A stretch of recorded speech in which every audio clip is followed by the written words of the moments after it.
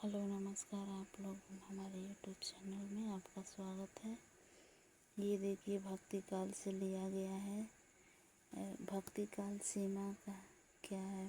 पहला क्वेश्चन है विसंवत 1375 से विसंवत 1700 तक। दूसरा बी है विसंवत 950 से विसंवत 1375 तक।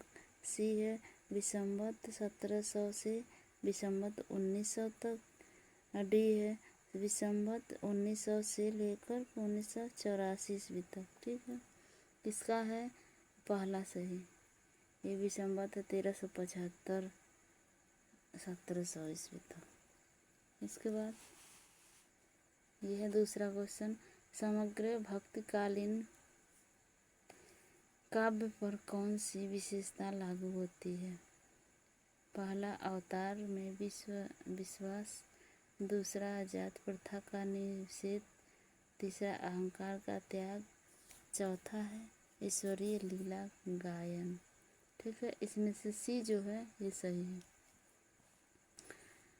सी भक्तिकालीन कवियों के ब्रह्म प्राप्ति के अहंकार को बाधक माना, इसलिए उन्होंने सर्वप्रथम अहंकार के त्याग पर बल दिया। अतः समग्र भक्तिकालीन काव्य पर अहंकार का त्याग की विशेषता लागू होती है। ठीक, इसके बाद ये है तीसरा, नानक देव के विषय में कौन सा कथन सही है।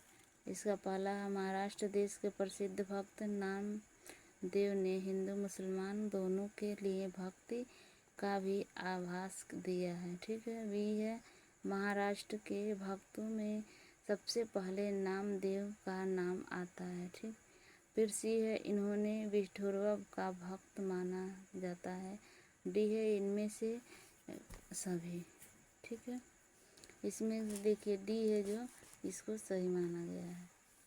ये है चौथा क्वेश्चन, भक्ति के स्रोत को दक्षिण से उत्तर भारत में प्रसारित होने के सिद्धांत का समर्थन करने वाले विद्वान। ठीक है, पहला ग्रियर्सन, दूसरा हजारी प्रसाद द्विवेदी, तीसरा आचार्य रामचंद्र शुक्ल, चौथा है जयशंकर प्रसाद। ठीक है, फिर इसके बाद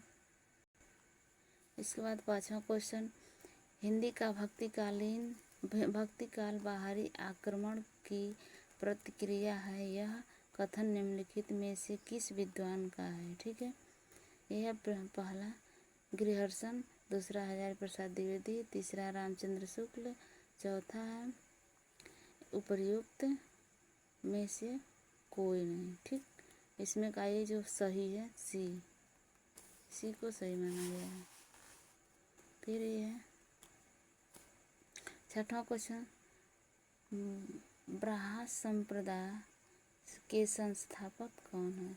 ब्रह्मा संप्रदाय का संस्थापक कौन है। ठीक, पहला श्री निम्बकाचार्य, ए है निम्बकाचार्य, बी है शंकराचार्य, सी है श्री मध्वाचार्य, डी है श्री रामानुजाचार्य। ठीक, इसमें का सी जो है ब्रह्मा संप्रदाय, ये जो सी है इसको सही माना गया है।